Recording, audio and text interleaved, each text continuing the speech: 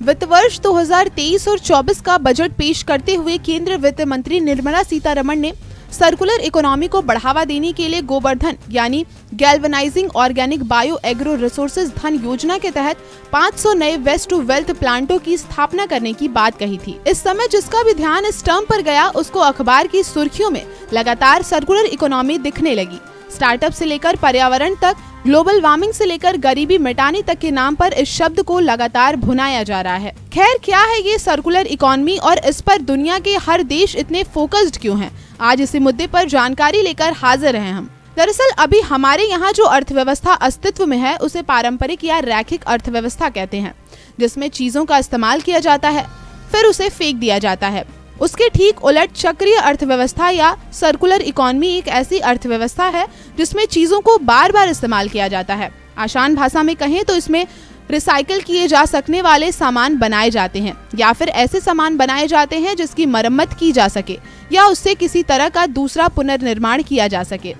इसके अलावा यूजफुल सामानों को आपस में साझा कर लिया जाता है, जैसे कि कार शेयरिंग कर ली जाती है। चक्रीय अर्थव्यवस्था 5R के बेसिस पर काम करती है, जिसमें रिड्यूस के तहत कम चीजों को खरीदने और लंबे समय तक यूज करने पर फोकस किया जाता है। दूसरे R यानी रीयूज के तहत यहाँ तक संभव हो पुनः उपयोग की बात की जाती है। रिसाइकिल के तहत रिसाइकिलिंग के माध्यम से अवशिष्ट सामग्री को उपयोग के लायक बनाया जाता है। रीमैन्युफैक्चर के जरिए अपशिष्ट से नए उत्पादों का निर्माण करना और रिपेयर के जरिए उत्पाद को मरम्मत करने पर फोकस किया जाता है। इन सभी आर से न केवल अर्थव्यवस्था संसाधनों का उपयोग कम हो जाता है बल्कि अवशिष्ट और प्रदूषण में भी कमी आती है। साथ ही चक्रीय अर्थव्यवस्था नई नौकरियों और व्यवसायों को भी पैदा कर सकती है। सामाजिक लाभ की बात करें तो चक्रीय अर्थव्यवस्था अधिक न्याय संगत और समावेशी अर्थव्यवस्था को बढ़ावा दे सकती है। अब जरा उन पहलुओं पर भी नजर डाल लेते हैं जिसके चलते चक्रीय अर्थव्यवस्था की जरूरत बढ़ रही है। दरअसल साल 2050 तक दुनिया की आबादी 10 अरब तक पहुंचने का अनुमान है। इस आबादी की बढ़ती जरूरतों को पूरा करने के लिए हमें भोजन, कपड़े, यात्रा और आवास सहित विभिन्न उत्पादों और सेवाओं की मांग में वृद्धि की आवश्यकता होगी।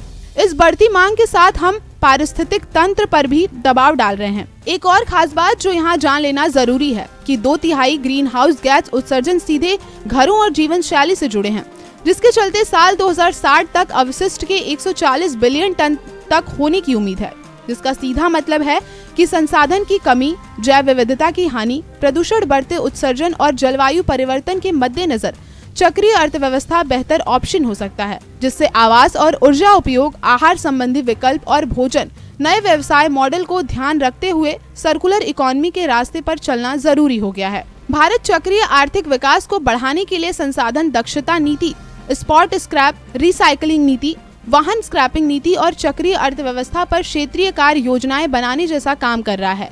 इसके अलावा भारत ने वैश्विक स्तर पर circular economy and resources efficiency के गठबंधन में भी पार्टिसिपेट किया है। ये गठबंधन चक्रीय अर्थव्यवस्था के जरिए काम करता है। भारत ने उद्योगों के बीच सहयोग बढ़ाने और चक्रीय अर्थव्यवस्था को बेहतर बनाने के लिए एक उद्योग गठबंधन भी शुरू किया है। इसके अलावा मिशन लाइफ के तहत लोगों को जिम्मेदार और टिकाऊ उपभोग के पैटर्न को अपनाने के लिए प्रोत्साहित किया जा रहा है। भारत ने जलवायु परिवर्तन के हिसाब से स्थायी पर्यटन को भी बढ़ावा दे रही है, जिससे कम कार्बन और चक्रीय व्यवस्थाओं को बढ़ावा दिया जा सकता है।